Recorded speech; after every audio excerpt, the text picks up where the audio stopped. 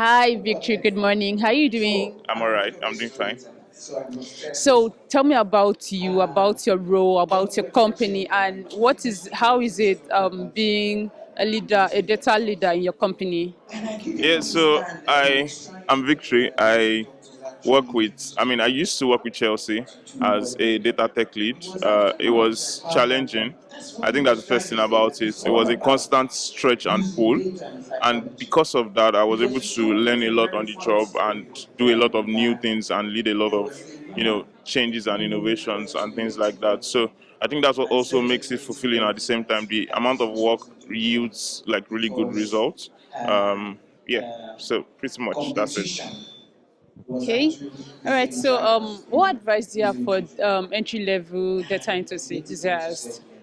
I think my first advice is apply, because a lot of people, I've spoken to a lot of people over the last 24 hours that are learning and learning and learning, and it's great to learn, but at what point do you start applying? I think you should start applying the moment you start learning, because the best way to learn is on the job, and the only way you can get the job is if you start learning. So as you start learning, you start applying. It's a dance that happens together, but it's very beautiful. So if you apply, you would get in, and when you get in, give it the time and give it the work. Right, I learned data in 4 months, giving it 18 hours every day.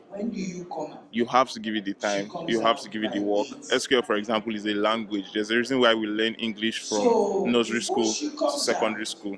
It is a language. You have to progressively learn it. And yeah, I think that's my advice to entry level guys. Keep learning, keep applying. Okay. So, what are the skills an entry level need to possess to get their first job? First, you have to be crazy. uh, I think that, aside, this is aside technical skills. Obviously, technical skills will be SQL, advanced Excel, Tableau or Power BI, just at a basic level, right? But for soft skills, you really do have to be crazy. You have to have like the determination and grit. You have to be able to hold a data conversation. I think one of the greatest tests of a data analyst is to be able to sit down with somebody that doesn't know anything about data and pass across that message, right? So you must be able to hold a data conversation, because your first job is probably not going to be so much of a technical interview as it's going to be a culture interview, right? So they want to know, for example, when you fail, how do you deal with it? How do you deal with your teammates and things like that? So you really need to stretch your ability to, understand soft skills as much as you understand technical skills, right? Okay, thank you so much. All right, so what's the advice you have for the organizers of Data First Africa? The advice is they should keep doing what they are doing, because it's obvious that they've given it time and they've given it so much of their efforts, right? So they should just keep doing that. I think that one of the things we underestimate a lot is time. If over time you keep doing the same thing, you will be a success artist no matter who you are, no matter the level of talent, right? So let's just keep doing it. It's that simple.